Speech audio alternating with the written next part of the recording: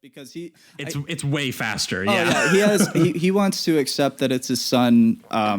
I think almost right away, even if he has strong doubts, because it's obvious that I think he's lost a lot of what he feels made him a man. I think that kind of relates also to why he is constantly steroiding himself in the ass to try to be like the young, muscular, buff guy that he once was, so that he what can a also, physical performance from him too. Those shots of him like looking in the mirror where he's like lit like neon pink and shit, and he's huge, fantastic too. He's big, he's fucking massive, and really vulnerable, sad performance from like one of like just a very large, muscular Frenchman. yes. And so I think he's trying to, kind of get back to his youth, especially being surrounded by those other firefighters, and they constantly have this kind of like male camaraderie throughout the scenes and all of that. So I definitely think that he thought he just needed this relationship more than he needed the truth. I definitely think that, yeah. Yeah, because he immediately goes, I would recognize my own son to them. And then he looks at Alexia, who obviously, is just this very brutalized woman just pretending to be this boy.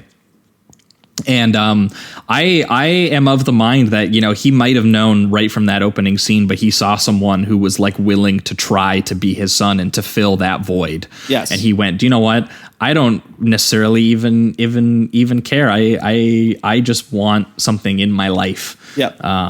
And yeah, he which directly he brings relates her to the in. end as well, of course. Yeah, and the second half of the film becomes like this weird sort of like almost family rom-com where it obviously still gross and the tone is still maintained and everything, but it's literally like this guy bringing his son home, reintroducing his son to life with them, and helping his son, as he sees it via Alexia, get a job, becoming a man, helping her become a man, and her having to basically not break the illusion. By like speaking or like revealing we kind of skip past the craziest part of this, which is huge.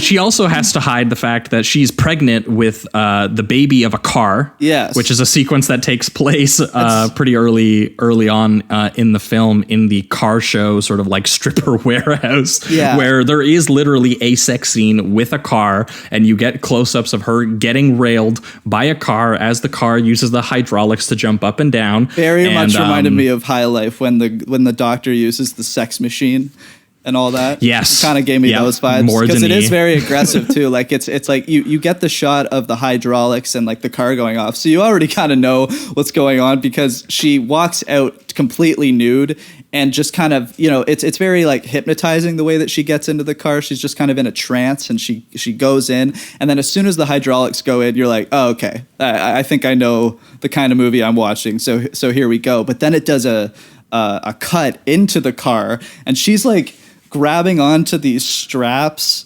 She's grabbing onto the seatbelts, and you assume that she's like getting of course penetrated by like the gear shift or something. The gear shifter or something. Yeah, you don't know for sure, but that positioning would make sense based on where she is in the interior of the car.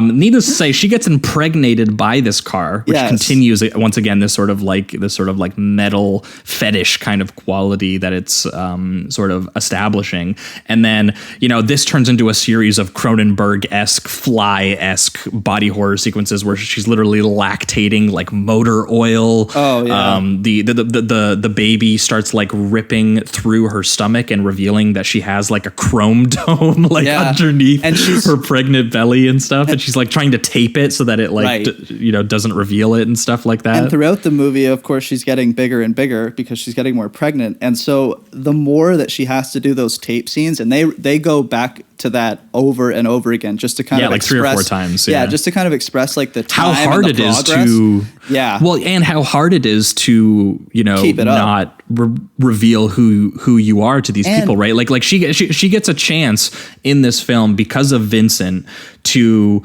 explore a different kind of sort of gendered world that she and honestly she spent so much of being a woman being afraid that some dude was going to come and attack her, or all of these things.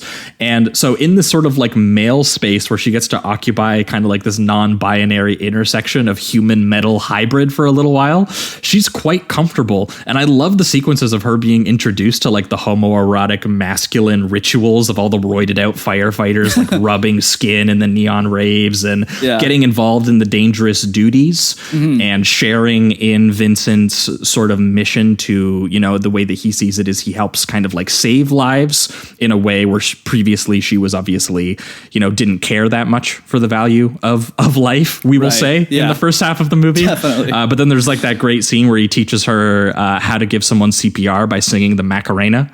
And then there's also these really horrible sequences from Vincent's perspective where he goes into fires and he sees his boy burning alive in the fires, and he has these visions of that showing how painful his loss was and everything like that. But there's something so interesting about how she gets invited to this different world that she's actually sort of allowed to have now because she looks like one of these guys, because it's like an all male kind of space, and here she is like actually allowed to do something else, and she's kind of intrigued, and she kind of becomes more sensitive and understanding and loving over the course of the film. She eventually accepts Vincent as a father figure and tries to take care of him. She helps put the steroids into him.